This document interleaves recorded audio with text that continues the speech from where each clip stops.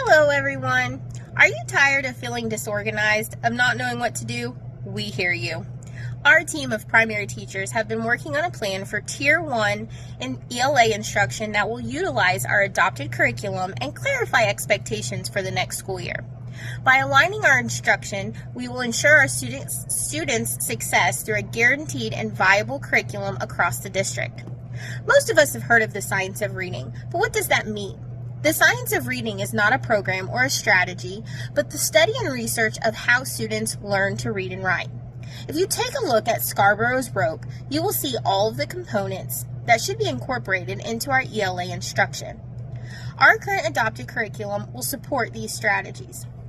Our team will briefly share what this instruction will look like in the remainder of this video. And in May, we will have a grade level meeting to go over the plan and allow you time to share your questions and concerns. Next year, our goals will be to continue to work on our Tier 1 instruction on a targeted level.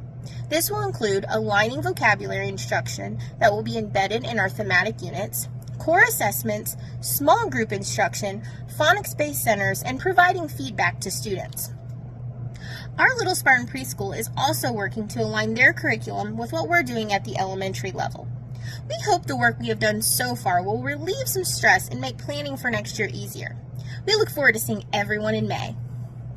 So here are a few of our Fayette County ELA must-dos.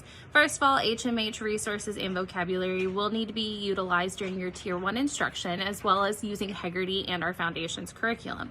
Based on assessment, instruction will be delivered in small groups to meet students' individual needs, but the exposure to these concepts can be also given in a whole group setting and then break off into small groups. Hi, my name is Miranda Van Camp and I'm a teacher at Grandview Elementary. Today I will be informing you about the things that must be done corporation-wide in relation to Logic of English, more specifically Foundations. This information will become relevant for the 2023-2024 school year.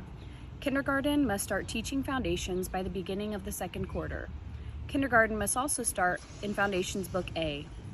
First grade must start teaching Foundations by the first week of September. To determine which book first grade students should start with, first grade teachers should give each student the Logic of English placement assessment.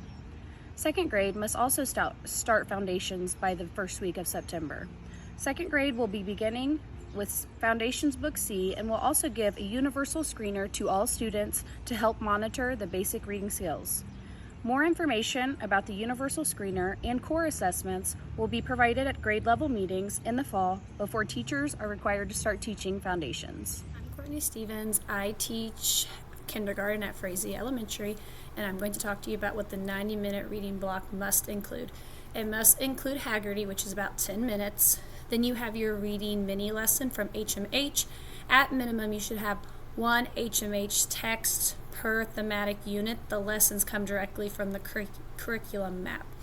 And then your bigger chunk is going to be your small group instruction, which should be 60 minutes.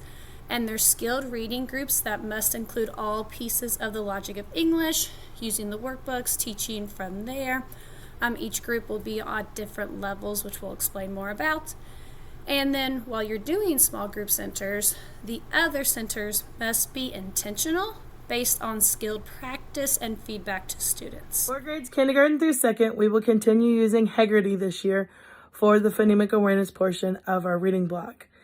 This is going to start the first full week of school, and one of the changes that we have going with this is each grade level now will start using their grade level specific books. That will be coming to us soon. Also, another portion of this is you can use the Logic of English phonogram flashcards during this time as the the sound drill with your students instead of using the Hegarty letter cards. Hi all, I'm here to share with you some information about the Foundations lessons. Foundations lessons can be stretched into multiple sessions or days as needed. And you can move the layout of the lesson itself, of the activities within the Foundations around. For example, you could do all the workbook pages one day, and then the next day do the games or the spelling analysis. You can also, when you're working with the foundations lessons, the games can be adjusted themselves. Thanks. We have had some really exciting work this semester with this K-2 team. We are eager to bring you some clarification on what our Tier 1 ELA instruction will look like next year. It's no secret our students have increasingly more difficulties with reading than ever before. Looking at the last 3 years of iLearn data, we are still seeing COVID loss and large gaps in student learning. The primary years are the foundation of reading, and that is where we are focusing our Tier 1 work. We look forward to working with all of you in the next few weeks. Grade level meetings will take place on May 3rd with kindergarten in the morning and our first grade team in the afternoon.